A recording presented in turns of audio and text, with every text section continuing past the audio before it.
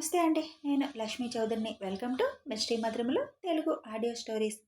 Brindavanam part 49తో మీ ముందుకు వచ్చేసాను. కథలోకి వెళ్లే ముందు ఎప్పట్లాగే చిన్న రిక్వెస్ట్ యార్.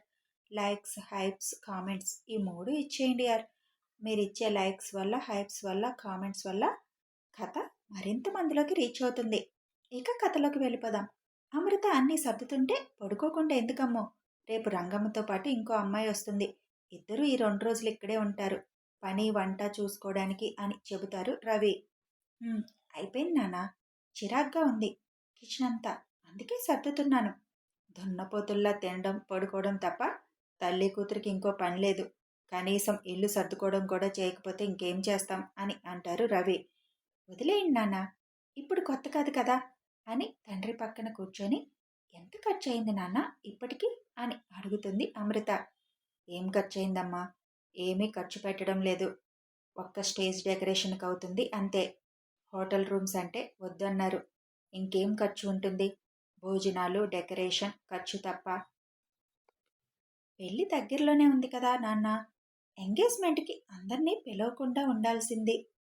పర్లేదులేరా, భోజనాలు ఏం ఖర్చు అవుతుంది? మీ నాన్న మరీ అంత పేదవాడు కాదులే అని అంటారు రవి. పేదవాడని కాదు నాన్న, నీకింకా వెనక బాధ్యత ఉంది కదా, అందుకు అంటున్నాను. ఆ బాధ్యతకి టైం ఉందిలే. నీకు నేను చేయాలి అనుకుంది చేయనివ్వు. ఇప్పటి వరకు నీకు పెద్దగా ఖర్చు పెట్టింది కూడా లేదు. చదువు కూడా నీ తెలివితేటల మీద ర్యాంకులు కొట్టి ఫ్రీ ఎడ్యుకేషన్ చదివావు. కనీసం పెళ్లి కన్నా ఖర్చు పెడదామంటే మా అల్లుళ్ళు అది కూడా పెట్టనివ్వడం లేదు. అల్లుళ్ళా అని ఆశ్చర్యంగా అడుగుతుంది. మీ బావగారు, మీ వారు అని అంటారు రవి. ఓ, మీ అక్క ఫోన్ చేసి ఎంత బాగా మాట్లాడిందమ్మా. అసలు ఒక ప్రిన్సెస్, పైగా పెద్ద డాక్టర్, ఇంకా రావుగారి పెద్ద కోడలు. అయినా ఎక్కడా గర్వం అనే మాట లేదు అసలు.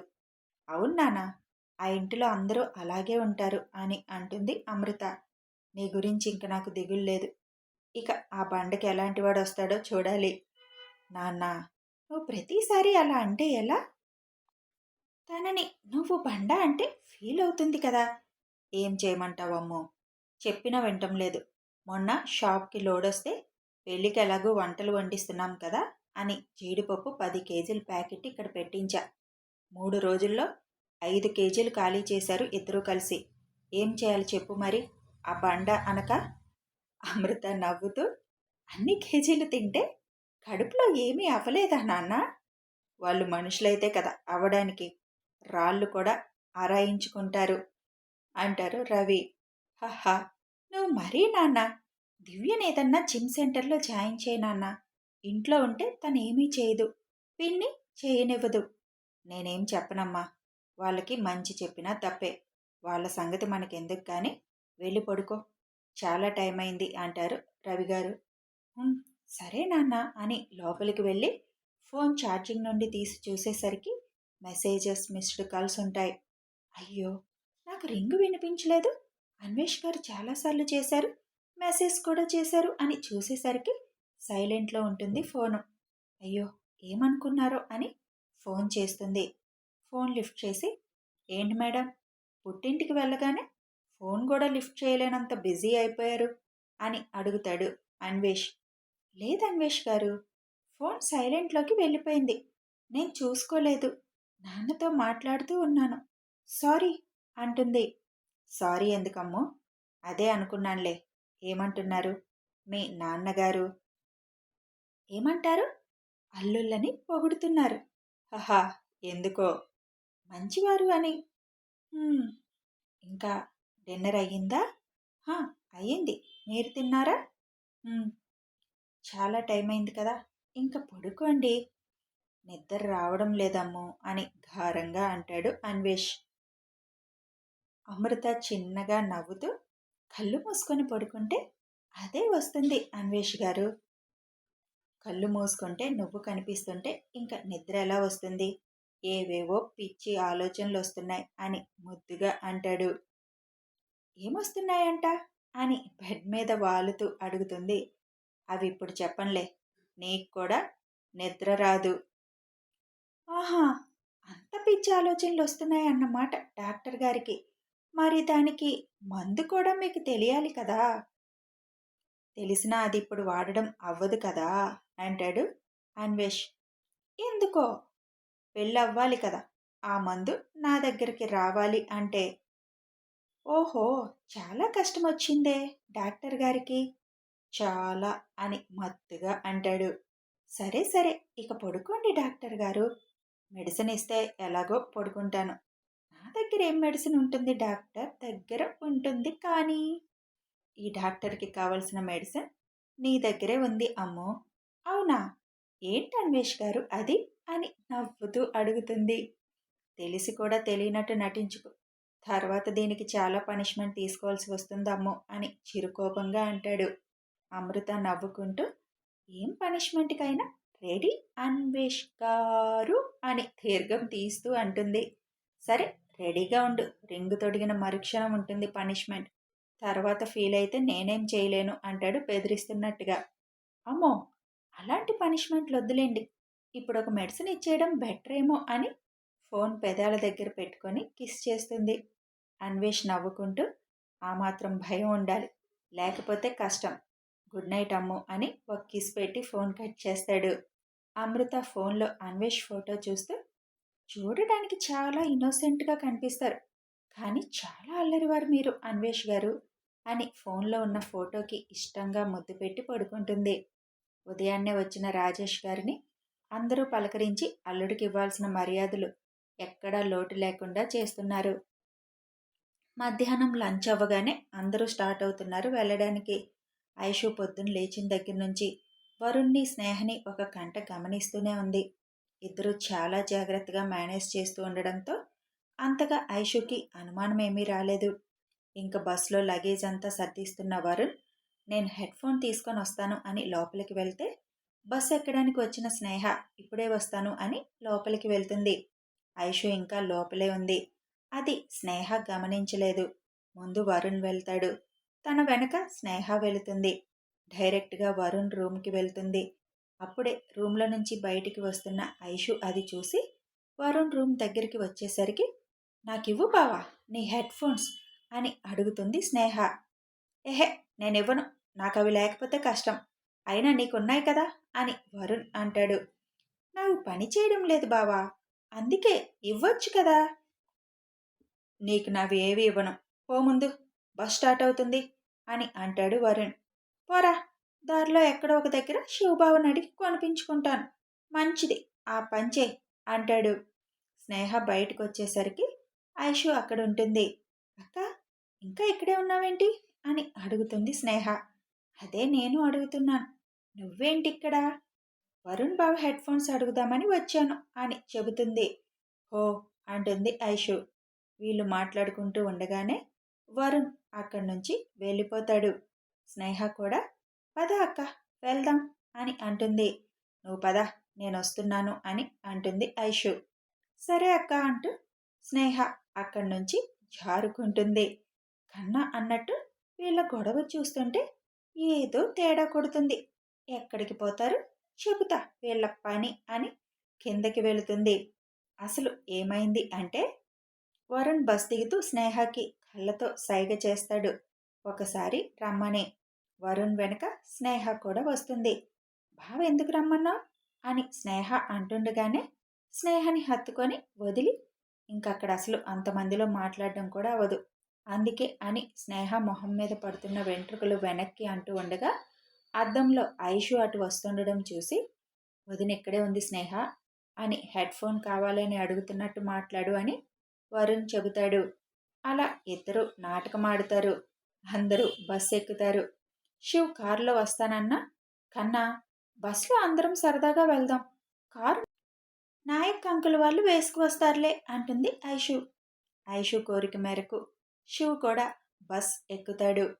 ఎక్కిన దగ్గర నుంచి మైక్ పిల్లలతో కలిసి పాటలు డ్యాన్సులతో హోరెత్తిస్తాడు. తనతో పాటు అందరినీ ఒక్కో సాంగుకి డ్యాన్స్ వేయిస్తాడు మైక్. అన్వేష్ పెళ్ళికొడుకు గారు అసలు అంత సైలెంట్గా ఉంటే ఏం బాగుంటుంది. వచ్చి ఒక స్టెప్ వేస్తే బాగుంటుంది కదా అంటాడు మైక్. నా వల్ల కాదు అని అంటాడు అన్వేష్. వీళ్ళు ఇంత బోరింగ్ క్యాండిడేట్లు. పాపం మా సిస్టర్స్‌కి ఎంత కష్టం అంటాడు డ్రామాటిక్ లెవెల్‌లో మైక్. మీ చెల్లెళ్ళు ఎంతో అదృష్టం చేసుకున్నారు. అందుకే మా అబ్బాయిలు దొరికారు అని అంటారు రుక్మిణి గారు. అలా అనుకోకపోతే బతకలేము కదా ఆంటీ గారు. మైక్ నెత్తి మీద ఒక్కటి వేసి, నీ చెల్లితో చెప్పించరా మేం బోరింగ్ క్యాండిడేట్ అని అంటాడు శివ్. భారత నారీమణులు అలా చెప్పరు కదా భర్తల గురించి అని అంటాడు మైక్. ఆహా, మీ చెల్లి అలాంటివేం పాటించదులే అడుగు. నేను బోరింగ్ అంటే ఇప్పుడు నువ్వేం చెప్పినా చేస్తాను అని ఐషు వైపు చూసి ఐవింగ్ చేస్తాడు శివ్. సిస్, మంచి అవకాశం వచ్చింది. ఒక్క మాట చెప్పావంటే ఇవాళ ఈ లయన్తో డ్యాన్స్ వేయించాలి అన్న నా చిరకాల కోరిక తీరుతుంది. చెప్పు సిస్ అని అంటాడు మైక్. నో మామా, మా నాన్న బోరింగ్ కాదు అని అంటాడు ఆయు. నువ్వుండు గోల్డ్ బేబీ, మీ నాన్నతో డ్యాన్స్ చేయించాలి అని అంటాడు మైక్. అందుకని మా నాన్న బోరింగ్ అంటే మేము ఊరుకోం అని ఆషి అంటుంది. ఒరేయ్, వాళ్ళ ఆవిడ కంటే ముందు పిల్లలే ఒప్పుకోవడం లేదు. ఇంక తను ఒప్పుకుంటుందా? నీ చిరకాల కోరిక కోరికగానే మిగిలిపోతుంది అని అంటాడు కిరణ్. అంతే అంటావా బ్రో? అంతేరా. సరే, నువ్వు అడిగావు కదా, నోరు తెరిచిందా ఐషు అని అంటాడు రాజ్. సిస్, ఈ అన్న కోసం ఒక్క మాట చెప్పొచ్చు కదా అని అంటాడు మైక్. ఐషు నవ్వుకుంటూ, సారీ అన్నయ్య, అబద్ధం చెప్పలేను అని అంటుంది. ఎక్స్పెక్టెడ్ కదా, ఇంకా అనుకోవడానికి ఏముంది. హే, మా బుజ్జమ్మ చెప్పింది కదా, విన్నావా మామా అని అంటారు ఆయు ఆషి. గోల్డ్ బేబీస్, మీరు మీ నాన్న పార్టీనే కదా అని నీరసంగా అంటాడు మైక్. మైక్, మనం చెప్పినా వాళ్ళు ఒప్పుకోరు కానీ వదిలే అని అంటాడు ఆనంద్.